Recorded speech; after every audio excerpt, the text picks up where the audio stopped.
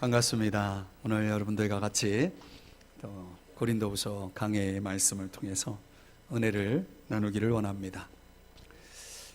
빵집을 개업한 사람의 이야기가 있습니다.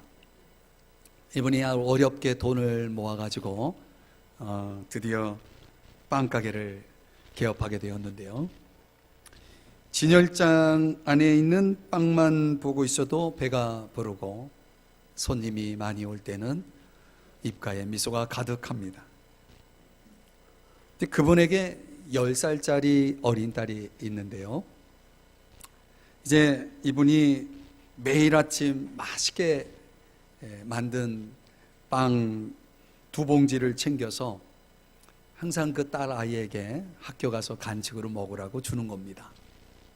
근데 그러던 어느 날 아침에 그 만든 빵을 이제 진열대로 하나 둘 옮겨 놓으면서 보니까 금방 딸이 학교 간다고 갔는데 준비물을 놓고 간 거예요. 그래서 그걸 챙겨주려고 급하게 딸을 따라 이제 나갔는데 가다 보니까 멀리 딸이 눈에 들어와요. 근데 그 딸이 뭘 하는가 봤더니 편의점 앞에 폐지를 수거하는 할머니에게 글쎄 간식으로 먹으라고 한 빵 2봉지를 건네주는 장면이 목격이 된 겁니다.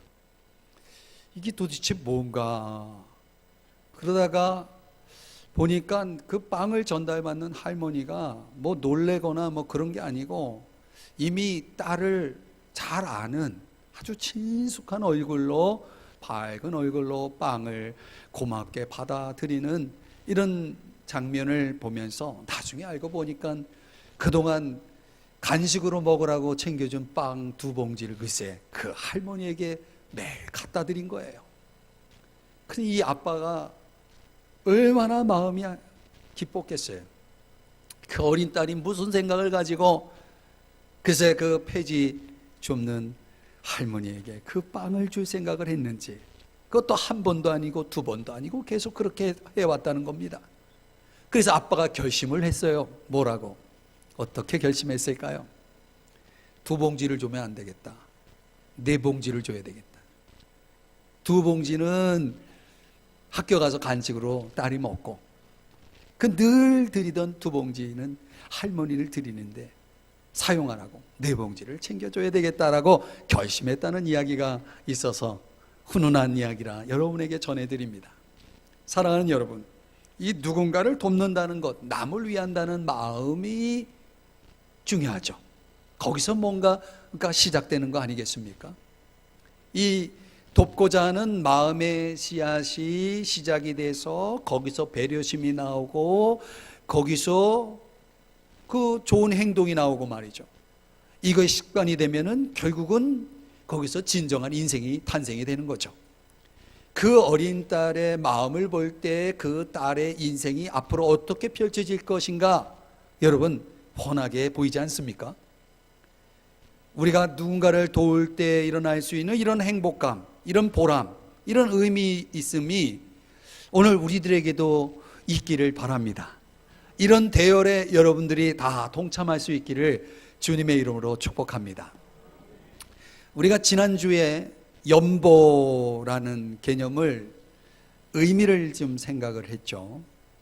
남을 돕는다, 이 헌금이라는 그 좁은 의미가 아니라 남을 돕는다. 우리 삶이 결국은 다 그 연보로 이루어져 있지 않습니까? 그런 연보의 의미 3가지를 살펴보았습니다. 물론 여러분들은 다 잊어버렸겠지만 3가지가 뭔지 기억이 나시나요? 첫째는 은혜요, 둘째는 특권이요, 셋째는 하나님의 뜻이다. 이제 좀 기억이 나는 듯 합니까?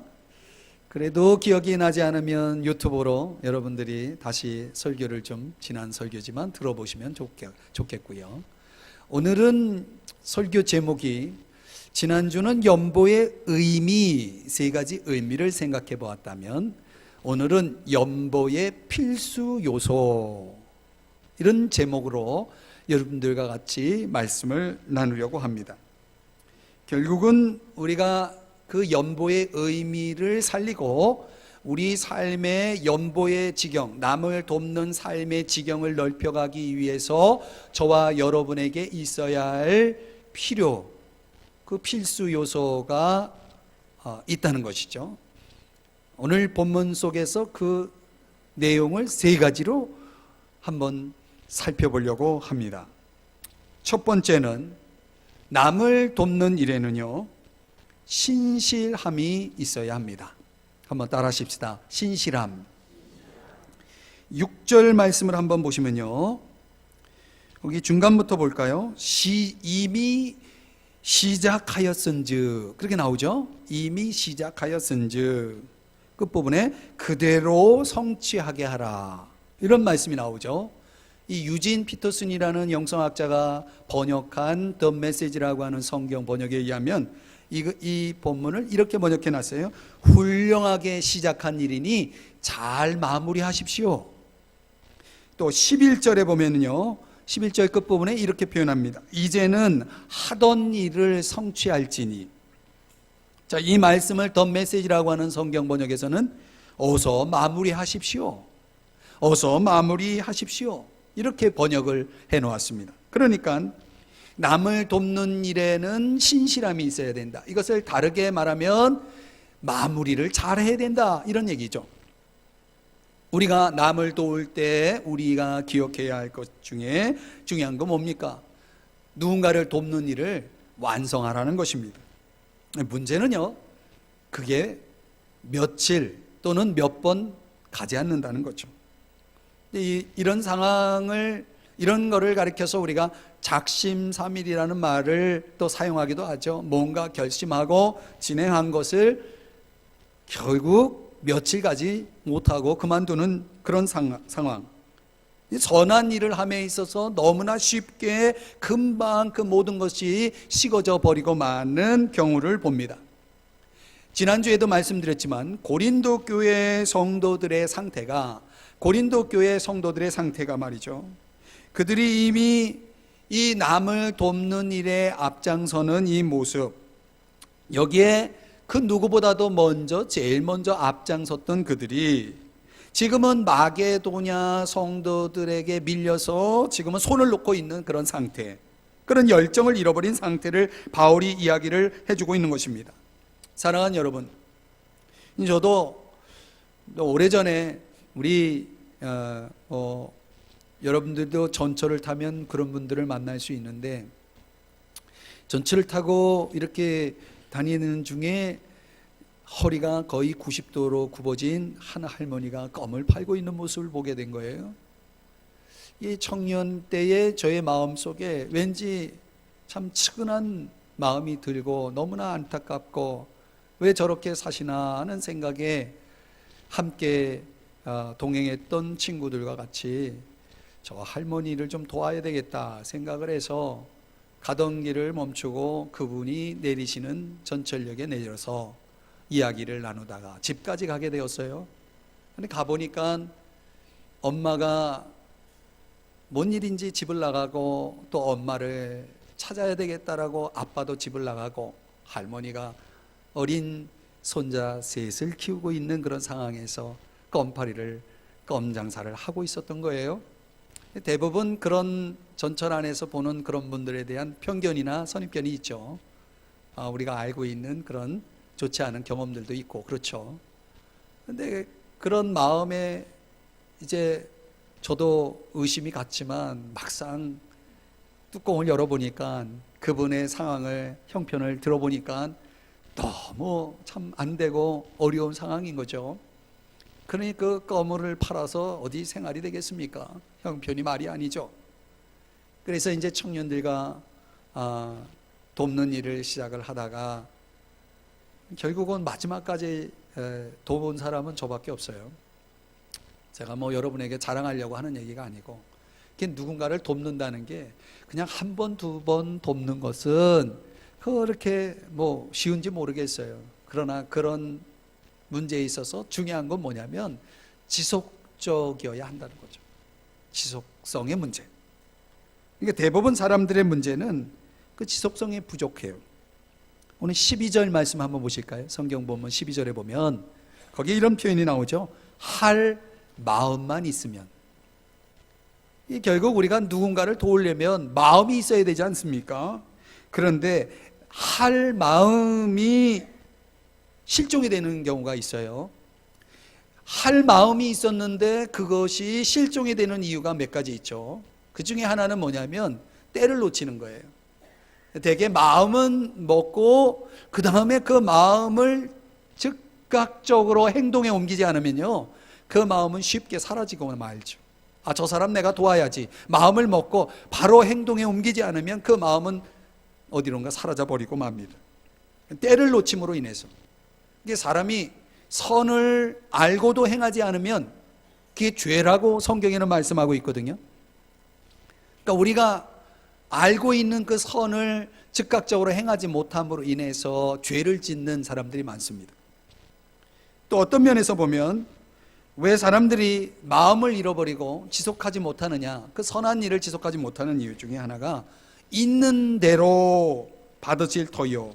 12절에서 그렇게 표현하죠. 있는 대로. 이 있는 대로라는 개념이 굉장히 중요한 개념인데, 이게 뭐냐면 내게 있는 것을 가지고 또는 내가 할 수 있는 것을 가지고 도우라는 거예요. 이게 사람이 이 있는 대로의 개념을 적용하지 못하면 누구를 도우려고 할 때 그 돕는 마음속에 뭐가 자리 잡냐? 부담이 자리 잡죠.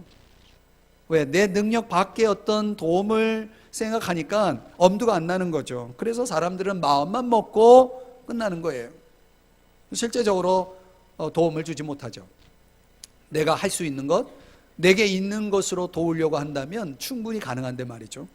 그리고 12절에 할 마음만 있으면 있는 대로 받으실 터이요. 이 중요한 개념이에요. 연보의 삶을 살아가기 위해서 우리들에게 적용해야 될 중요한 말씀이죠. 여러분, 고린도 교회 성도들은 주님보다는 가난했을지 모르지만은 극심한 가난 가운데 다른 사람을 돕기에 앞장섰던 마게도냐 성도들보다는 훨씬 부자였어요. 이렇게 상대적으로 부유한 고린도 교회 성도들은 손을 놓고 있지만, 그렇지 않은 극심한 가난 속에 있었던 더 가난한 마게도냐 사람들은 그 열심으로 어려운 사람을 돕는 일에 앞장서고 있었다는 것을 보면 있는 사람이 더 인색하다는 생각이 듭니다. 마가복음의 12장에 보면요, 동전 두 잎을 연보로 나눈 가난한 과부의 이야기가 나오는데, 그들보다 훨씬 부유한 사람들은 그 가난한 과부보다 더 많은 연보로 기여를 했지만, 그렇지 않은 이 가난한 과부의 입장에서 보면은요, 어려운 중에도 최선을 다해서 연보를 했어요. 이 주님이 보실 때에는 누가 더 많은 연보를 했느냐? 가난한 과부가 더 많은 연보를 했다라고 평가를 내렸습니다. 자원 면에서는 가난했지만 마음 면에서는 더 부자였다는 것이죠. 여러분, 줄 수 없을 만큼 가난한 사람은 없다는 사실을 기억해야 돼요. 결국 문제는 마음이죠. 13절의 말씀에 가보면요, 또 중요한 단어가 나오는데 거기 균등하게라는 단어입니다. 이소테스라고 하는 헬라어를 쓰는데요, 동일한 상태를 의미합니다. 균등하게. 여러분, 자, 저를 보시죠. 인생에는요, 공평의 원리가 있어요. 여러분, 가난한 사람과 부자의 차이가 뭐라고 생각합니까? 차이가 없어요. 무슨 말이냐면, 내가 지금은 가난할지 모르지만 언젠가는 내가 또 부자가 될 수 있다는 거죠. 지금은 내가 부자이지만 언젠가는 내가 가난한 자가 될 수 있다는 말이죠. 이 말은 다시 말하면 지금은 내가 줄 수 있지만 언젠가는 내가 받는 자가 될 수 있다는 말이에요. 그래서 14절, 오늘 성경 14절의 말씀에는 세 번역으로 읽어드리면 이렇게 말씀하고 있죠. 지금 여러분의 넉넉한 살림이 그들의 궁핍을 채워주면 그들의 살림이 넉넉해질 때에 그들이 여러분의 궁핍을 채워줄 수도 있을 것입니다. 맞죠? 이게 공평의 원리예요. 여러분, 이 공평의 원리를 보여주는 아주 아름다운 이야기가 구약 성경에 등장하는데요, 다윗과 요나단의 우정의 이야기입니다.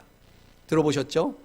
다윗과 요나단은 정말 생명을 나눌 수 있을 만큼의 아주 절친이죠. 그들의 우정은 대단했죠. 그런데 그 당시 왕은 사울이라는 왕인데요, 이 사울 왕의 아들이 요나단이에요. 그러니까 차기 대권을 이제 이어갈 이 요나단의 경쟁자가 누구냐면 다윗이에요. 아버지는 자신의 이 대권을 아들 요나단에게 물려주기 위해서는 저 다윗은 죽어야 마땅하다 생각해서 다윗을 죽이려고 합니다. 그런데 아들 요나단이 그 사실을 알게 돼요. 아버지의 그 의도를 알고 그 목적을 알고 이 다윗을 죽게 내버려 두지 않고 다윗이 살 길을 열어주죠. 도망갈 수 있는 길을 열어주죠. 여러분, 인간적으로 생각해 보면 요나단은 멍청이에요. 자신이 왕을 이을 대권자로서 가장 멍청한 짓을 한 거죠. 그런데 무엇이 그가 그렇게 행동하게 했냐면 결국 사랑이죠. 지금 이 요나단이 다윗을 생각하는 그 마음이 참 귀하지 않습니까? 그런데 다윗이 그 요나단이 베푼 은혜를 잊지 않아요. 나중에는 그걸 갚아요. 다윗이 왕이 되었을 때 그것을 그대로 갚아요. 아니, 그대로 정도가 아니고 그 이상의 이상을 갚아요. 저는 그걸 보면서 결국 인간은 살아가는 삶의 모습이 이런 상호 의존적인 관계가 아닌가. 지금은 내가 주는 자일지 모르지만 언젠간 내가 저 사람에게 받을 수 있다는 거죠. 지금은 내가 저 사람에게 받고 있지만 언젠가는 내가 저 사람에게 줄 수 있다는 거죠. 이런 공평의 원리를, 이 균등의 원리를 우리가 깨달을 수만 있다면, 그거를 우리가 우리 삶에 적용할 수 있다면 우리는요, 도움을 주는데 주저하지 않을 거고 도움을 받는데도 주저하지 않을 거예요.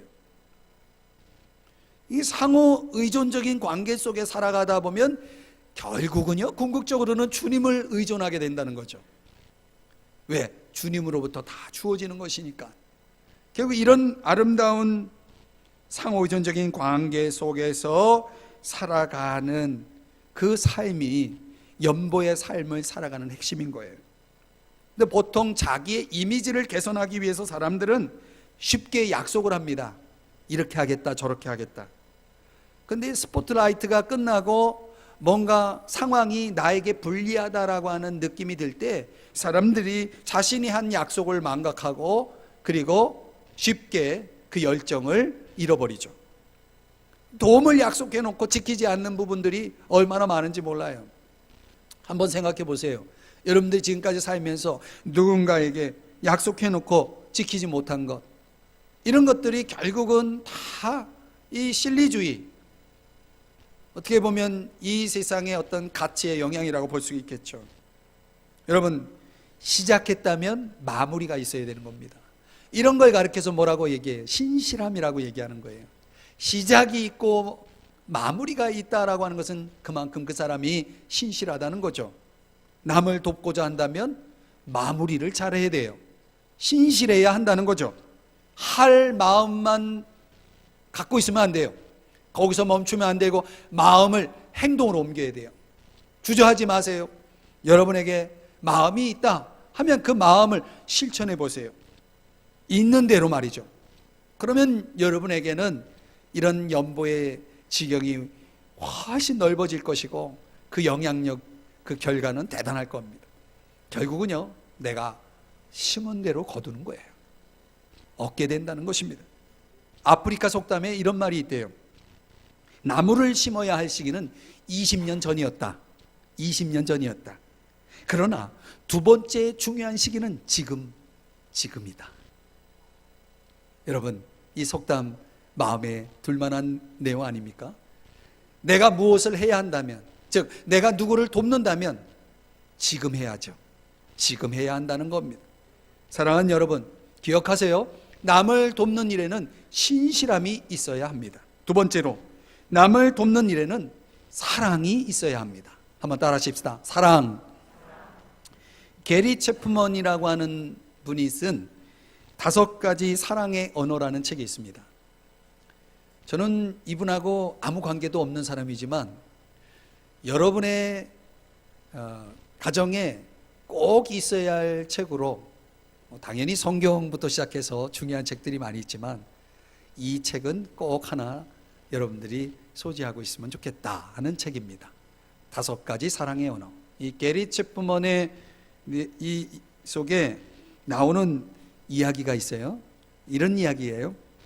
어느 한 동물 마을에 소와 사자가 사랑에 빠졌대요. 이 두 사람이 아니죠. 소와 사자가 너무 다르지만 그래도 주변에 많은 반대에도 불구하고 결혼을 했대요. 너무나 행복했던 이 둘은 서로에게 최선을 다하기로 마음을 먹습니다. 어느 날 남편 사자가 아내 소를 위해서 사냥에 나섰어요. 그래서 사냥에 성공했습니다. 그날 아내 소를 위해서 맛있는 고기를 대접을 했대요. 아내 소가 맛있게 먹었을까요? 못 먹었어요. 왜냐하면 초식동물이거든요.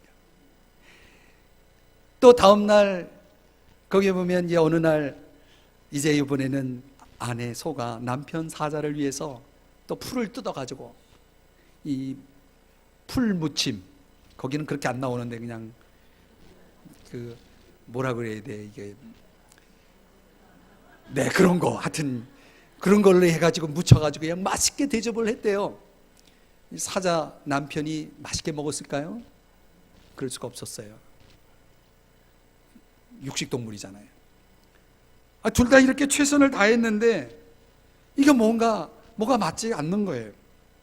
서로가 점점 더 힘들어져 가면서 서로는 서로의 사랑을 의심하기 시작했대요. 그리고 결국 헤어졌대요. 그러면서 헤어지면서 둘이 서로 이렇게 얘기했다는 겁니다. 그래도 나는 당신에게 최선을 다했어.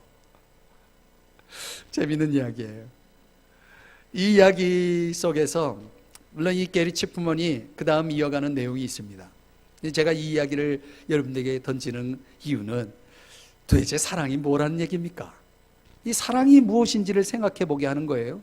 내가 최선을 다하면 그게 사랑입니까?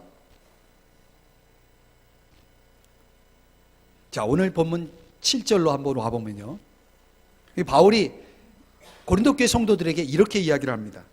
너희의 사랑의 진실함을 증명하고자 함이로라. 여러분, 사랑이라는 것이 증명이 필요하다는 거죠.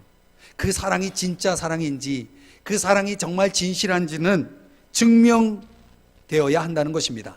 고린도 교회 성도들은 어떤 사람들이냐면 굉장히 좋은 장점이 많은 사람들이에요. 오늘 바울이 이야기하는 7절에서 이야기하는 장점이 뭐냐면 그들은 믿음이 좋은 사람들이에요. 믿음이 뭡니까? 하나님을 신뢰하는 거죠. 그 하나님을 신뢰하는 신앙이 굉장히 좋은 사람이에요. 믿음 좋은 사람. 얼마나 훌륭해요. 또 말도 아주 잘해요. 언변이 뛰어나요. 그리고 지식, 영적인 지식, 말씀에 대한 지식도 풍부해요. 어디 그것뿐입니까? 성령의 은사가 많아요. 그러니까 이렇게 가진 게 많은 풍성한 고린도 교회 성도들 아주 훌륭하죠. 그런데 바울이 그들에게 또 있어야 할 것을 이야기하는데 그게 뭐냐면 사랑이에요. 그러니까 말하자면은 그들에게 다 좋은데 부족한 게 있다는 거예요. 하나. 그게 뭐예요? 사랑이에요. 신앙인들은요, 이 모든 일에 풍성해야 돼요. 모든 게 균형 있게 잘 성장해야 하는데 그 중에 하나가 뭐냐면 사랑이에요. 이 사랑이 결정적으로 고린도 교회 성도들에게 빠져 있었다는 거죠. 마가복음 10장에 보면요, 한 사람 이야기가 나오는데요, 그 사람은 부자예요. 이 부자 청년이 젊은 그 공무원이에요. 관원인데 어려서부터 하나님의 말씀을 다 지키면서 사는 아주 훌륭한 젊은입니다. 그리고 가진 것도 많아요. 부자예요. 근데 이 청년이 어느 날 주님에게 와서 이런 질문을 던집니다. 주님, 제가 무엇을 하여야 영생을 얻을 수 있습니까? 이렇게 질문을 하자 주님이 그를 보시고 너무나 사랑하는 마음으로 이렇게 말씀하셨어요. 너에게 아직도 한 가지 부족한 게 있다. 한 가지 부족한 게 있다.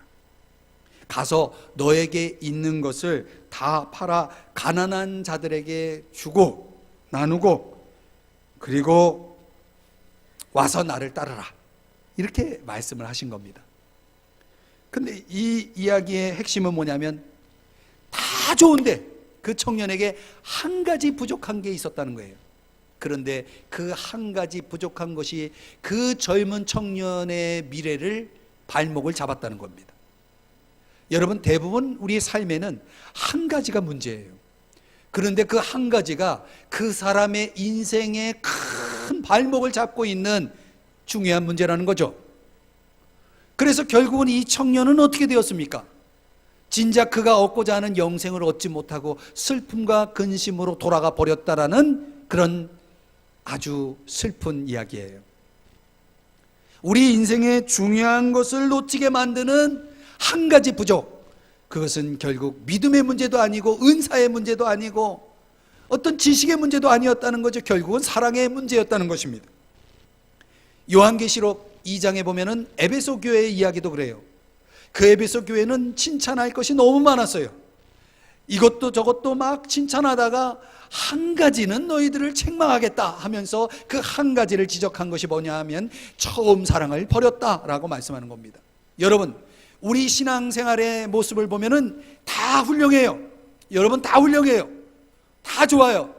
그런데 한 가지가 부족할지 모르겠어요.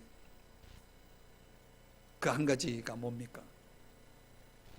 그게 내 신앙의 발목을 잡고 내 인생의 축복을 발목을 잡고 있다면 말이죠, 우리가 그걸 해결해야 됩니다. 선한 사마리아인의 비유에서도 말씀하죠. 강도를 만난 사람이 지금 어려움에 처해 있는데 지금 쓰러져 있습니다. 그런데 그 옆을 누가 지나가냐면 제사장이 지나가고 레위 사람들이 지나갑니다. 그들은 다 누굽니까? 종교인이에요. 하나님 신앙을 가진 사람들이에요. 하나님을 사랑해서 예배 드리러 가는 사람이에요. 근데 그들에게 뭐가 없었습니까? 그 강도 만난 사람을 돕고자 하는 구체적인 사랑이 없었다는 거예요. 물론 그들은 마음은 있었을지 몰라요. 아, 참 안 됐다 하면서 지나갔겠죠. 또 어떤 경우에는 아유, 참 안 됐소 하고 말로 위로를 했을지는 모릅니다. 그런데 그건 사랑이 아니라는 거예요. 사랑은 뭐예요? 구체적인 행동, 선한 사마리아인이 보여주었던 그 선한 행동이야말로 진정한 사랑이다. 사랑이 빠진 신앙은 참된 경험이 될 수 없다는 것을 주님 보여주는 거죠. 그래서 오늘 7절에 바울이 고린도 교회 성도들이 훌륭한 성도지만, 당신들이 훌륭한 성도지만 이 은혜, 즉 연보, 다른 사람을 돕는 이 은혜의 삶에도 풍성하게 할지라 라고 말씀하고 있는 것입니다. 사랑하는 여러분, 우리가 정말 풍성해야 할 것이 뭡니까? 사랑이에요. 우리가 얼마큼 베풀 것인가의 수준을 정하고 그 정도면 됐다라고 생각할지 모르겠지만, 여러분, 진정한 제자는 사랑의 도움에 인색하지 말아야 됩니다. 다른 사람을 돕는 일에 인색하지 말라는 것입니다. 헌금이라는 것도 결국 그러한 영역 속의 일부분이에요. 일부분. 우리는 교회 아니든 교회 밖이든 누군가를 돕는 일에 인색하지 말아야 한다는 거예요. 베풀 때에 여러분, 성도들이 가지고 있는 그 마음, 할 마음이 종종 인색함으로 그냥 식어져 버리고 마는 경우가 많아요.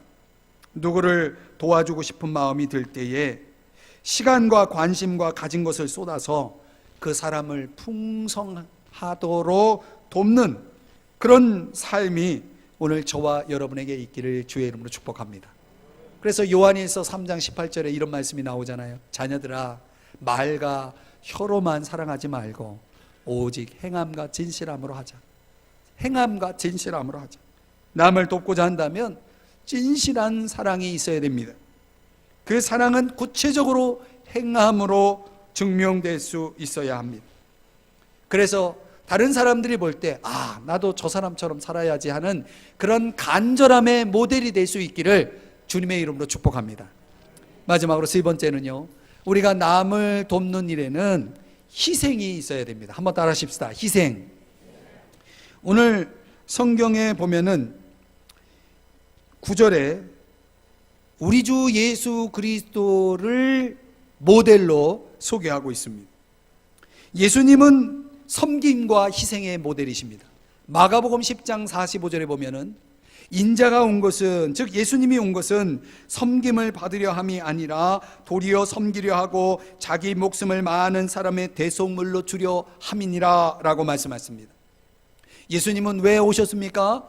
섬기기 위해서 오셨고요, 희생하기 위해서 오셨습니다. 오늘 성경 구절에도 우리 주 예수 그리스도의 은혜를 너희가 알거니와 부요하신 이로써, 얼마나 부요하신 분입니까? 얼마나 부자입니까? 우리 하나님은 하나님과 동등 되신 하나님의 본체이십니다. 여러분, 하나님에게 부족함이 있겠습니까? 하나님에게 없는 것이 있겠습니까? 하나님은 최고의 부자이시죠. 부요하신 분이십니다. 그런데 그 다음 구절을 보면 너희를 위하여 가난하게 되셨다라고 말씀합니다. 어느 정도, 어떻게 가난하게 되셨는가? 그분은 하나님이신 분이 인간의 몸을 입고 이 땅에 오셨다는 거예요. 성육신이죠. 그리고 이 땅에 사는 동안 여러분, 공중에 나는 새도 집이 있는데 나는 머리 둘 곳이 없다라는 말씀을 할 정도로 예수님은 가난하셨어요. 집이 없었어요. 여러분, 그분이 삶을 통해 보여준 그 겸손이라고 하는 것은 얼마나 대단합니까? 어디 그것뿐입니까? 죽음에까지 나아가신 순종을 보여주셨죠. 예수님은 하나님으로서 마땅히 누려야 할 권리와 특권, 그리고 그 권세, 지혜를 포기하셨다는 것입니다. 그리고 하늘의 왕이신 그분이 천한 인간의 몸을 입고 이 땅에서 자신의 전부를 우리를 위해 희생해 주셨다라고 하는 것입니다. 그것으로 인해서, 그분이 그렇게 가난해지심으로 인해서 우리들에게는 어떤 부요가 주어졌습니까? 첫째는 구원을 받았습니다. 두 번째는 저와 여러분이 하나님의 자녀가 되었습니다. 세 번째는 저와 여러분이 하늘나라의 기업을 상속할 수 있게 해 주셨습니다. 여러분, 이럴 때는 아멘 하시는 거예요. 좋은 건 여러분들이 반응을 보이셔야 됩니다. 그러니까 우리 그리스도인들이 예수 그리스도의 희생, 그 가난하게 되심을 통해서 우리에게 주어진 이 부요함이라고 하는 것은 어디 그것뿐이겠습니까? 얼마나 많은지 몰라요. 그러니 여러분, 우리가 그분의 희생을 본받아 살아야 마땅하지 않겠습니까? 남을 돕고자 하는 사람들이 그런 희생이 따라온다는 것은 너무나 당연한 일이죠. 말씀의 결론을 맺으면서 이야기를 하나 드리면은, 이 미국의 부호 중에 월터 안넨버거라고 하는 사람이 있대요. 이 월터 안넨버거는 좀 오래된 얘기지만은 미국의 부시 대통령 시절에 그 흑인 대학을 위해서 기금을 모금하는 일에 이 백인인 월터가 그 당시는 큰 액수인 5천만 불을 기증했다는 거예요. 기부했다는 것입니다. 이게 대통령이 깜짝 놀라죠. 이 백인이 흑인을 위해서 그렇게 기부한다는 것도 참 힘들지만 그렇게 큰 액수를 기부했으니 얼마나 감동이 되었겠습니까? 대통령과 많은 사람들이 감동을 받고 물었어요. 도대체 왜 그렇게 했냐고. 그랬더니 그가 하는 말이 이런 말이었대요. 보다 좋은 여건에 있는 사람이 보다 어려운 가운데 있는 사람을 도와주는 것은 그리스도인의 의무요 책임입니다. 이건 아무것도 아닌 일입니다 라고 말했대요. 여러분, 남을 돕는 게 굉장한 일입니까? 대단한 일입니까? 아니에요. 아무것도 아니에요. 아무것도 아니에요. 사랑하는 여러분, 우리가 살아가는 동안 누군가를 돕는다고 해가지고 어깨에 힘줄 필요 없어요. 내가 뭐 대단한 사람이라는 것도 아니에요. 그거는 그리스도인으로서 마땅한 의무고 책임인 것입니다. 탈무드에 나오는 이야기 가운데 어느 날 이 임금님이요, 왕이 즉시 궁궐로 나오라는 명령을 받은 사람이 있었어요. 근데 이 사람이 겁이 나는 거예요. 이게 도대체 왜 오라고 하는 거냐. 그래서 자기의 세 친구들에게 도움을 요청합니다. 같이 가달라고. 그 첫 번째 가장 정말 아끼고 사랑하는 친구에게 부탁했더니 이유도 말하지 않고 거절을 하는 겁니다. 두 번째 아끼는 친구에게 얘기했더니 내가 궁궐 문까지는 가주겠다고 그러고 얘기하는 거예요. 그 세 번째 친구는 별로 관심도 별로 안 보이고 별로 가깝지도 않은 친구인데, 그 친구는 내가 함께 가서 왕에게 좋게 이야기를 해주겠다고 위로를 합니다. 근데 이 탈무드에 나오는 이야기의 의미는 거기에 임금은, 왕은 하나님이고 궁궐, 대궐로 부름을 받은 것은 죽음을 의미합니다. 그리고 그 세 친구의 의미는 첫 번째, 정말 아끼고 사랑하던 그 친구, 이유도 말하지 않고 거절한 그 친구는 재산이라고 합니다. 재산을 상징한다는 거예요. 여러분, 아무리 내가 사랑하고 아끼고 그래도 그거는 죽으면 다 두고 가는 거죠. 나와 함께 갈 수 없는 것들이죠. 그게 재산이 첫 번째 친구고, 두 번째 친구는 그 친척이래요. 친척을 상징한대요. 어디까지는 갈 수 있어요? 궁궐문 앞까지는 갈 수 있다는 거예요. 지금 무덤 앞까지는 따라온다는 거예요. 그리고 다 돌아가 버리잖아요. 그게 친척이라는 거예요. 세 번째 친구는 뭔가 했더니 그게 선행이라는 거예요. 선행은 내가 죽어서도 나와 함께 가서 왕 하나님 앞에까지 가서 잘 이야기해 줄 수 있는 친구, 그런 친구라는 것입니다. 그러니 여러분, 우리가 어떤 친구를 사귀어야 되겠어요? 어떤 친구를 가까이 해야 되겠어요? 사랑하는 여러분, 마태복음 25장에도 예수님께서 그렇게 말씀했어요. 지극히 작은, 이익이 있는 지극히 작은 형제에게 한 것이 곧 내게 한 것이야. 그러니 너희들을 위하여 예비한 저 영원한 나라를 상속하라고 그렇게 말씀을 하십니다. 거기 내용이 여러분 잘 아시잖아요. 내가 굶주린 자에게 뭘 했고 그거 다 어려움을 당한 사람들에게 도움의 손길을 준 것인데 그거를 주님은 내게 한 것이라고 그렇게 평가를 했다는 것입니다.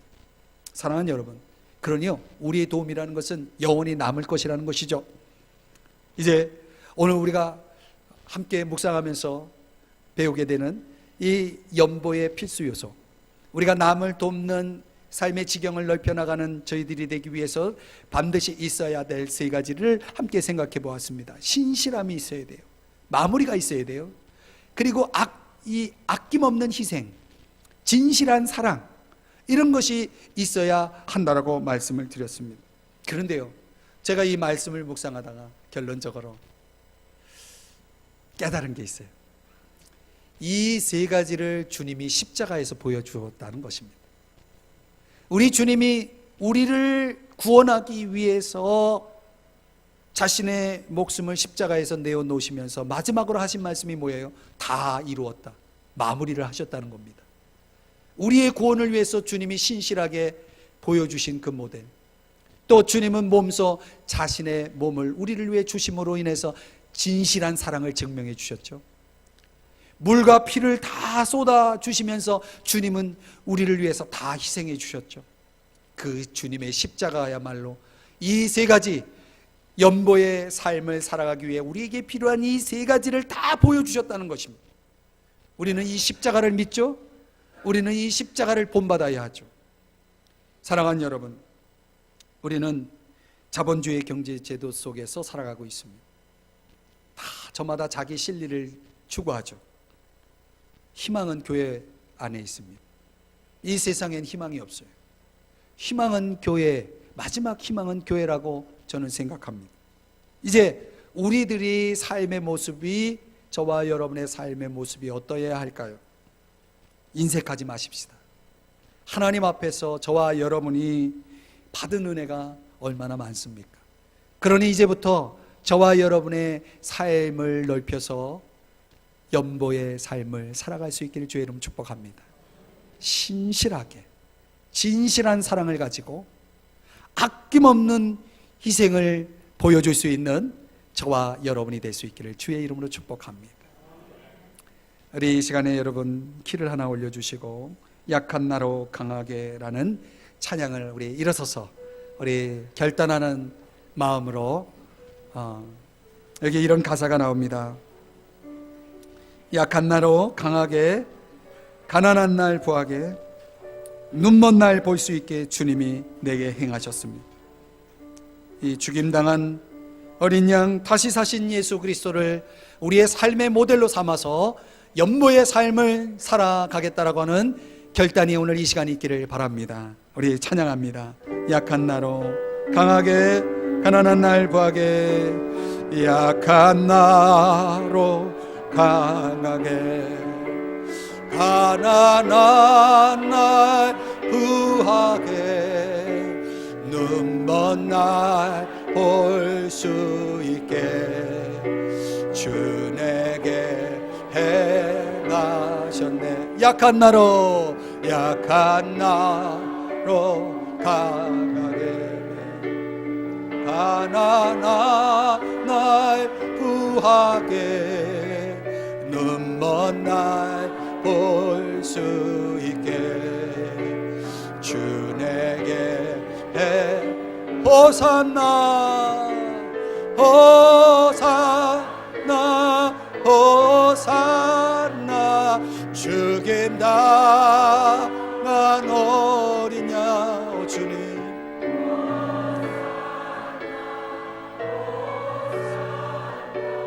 예수다 호산나 호산나 호산나 호산나 죽임 당한 어린 양 호산나 호산나 예수 다시 사셨네.